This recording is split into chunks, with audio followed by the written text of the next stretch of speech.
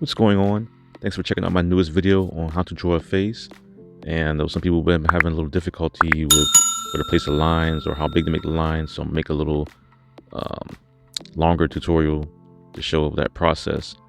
So right now I'm making the circle and I'm adding in that center line going a little bit below the circle, and I'm adding in the lines for where the eyes is going to be in the center of the circle.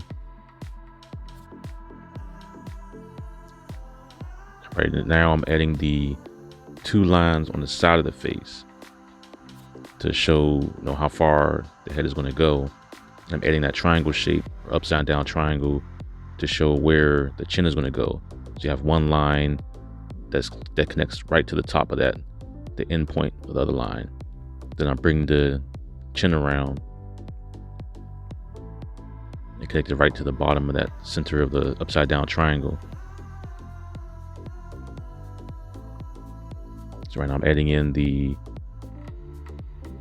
similar type of triangle, even though but you kind of chop it in half to add that ridge for the nose.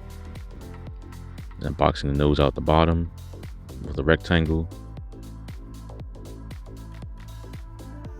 And I'm adding in that space where I place the eye, because the eye is not real close to the ridge. It's a little bit spread out from the ridge. Now this is the placement with the eye, where I'm adding in an oval shape, and that's the kind of a placement of how far the eye is going to be, the spacing. And I can just, sometimes when you do that, you can throw in the eye any type of shape you want. You can either add circles, and then later on when you add detail, you can just go and roughen the detail later on. Right now all this I'm putting in with the red pencil is just it's all for placement. And sometimes you can adjust it as I go along. As right now I'm adding in some curvature in the nose and where the cheekbone is. It's kind of it's like making a skull shape. I think I've made a previous video on drawing skulls, but that skull is drawing a skull is kind of a way to know where to place certain things, especially when you're drawing the head in the up angle or down angle. If you know how to draw the skull from different angles, then it'll be easy to draw a face and add those features. I'm adding in the mouth. See the mouth end, where those endpoints are, where I previously put the skull outline. Now the top part of the head, I add this. A lot of people have been having issues with this part, but I add the next part, the next line above the head, because if you just have that bottom part, then the head will be too short. That's why you add that top line, because that bottom curvature on the forehead is for I guess to bring it out.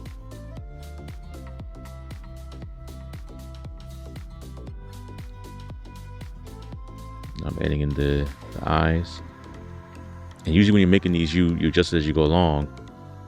You don't have to really follow the pattern of what's there.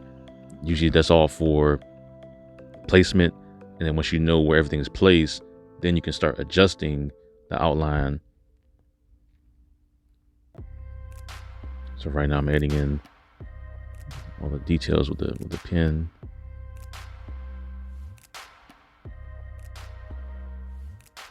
For the nose, darkening certain areas.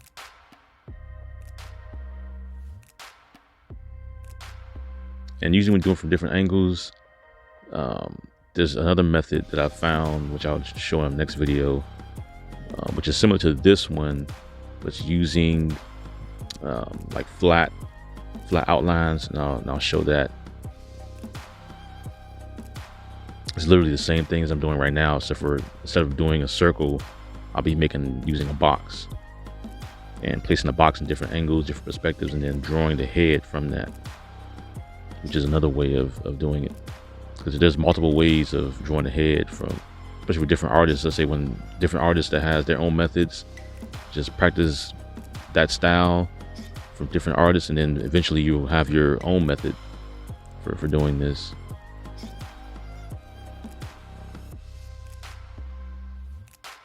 Any more details into the ears.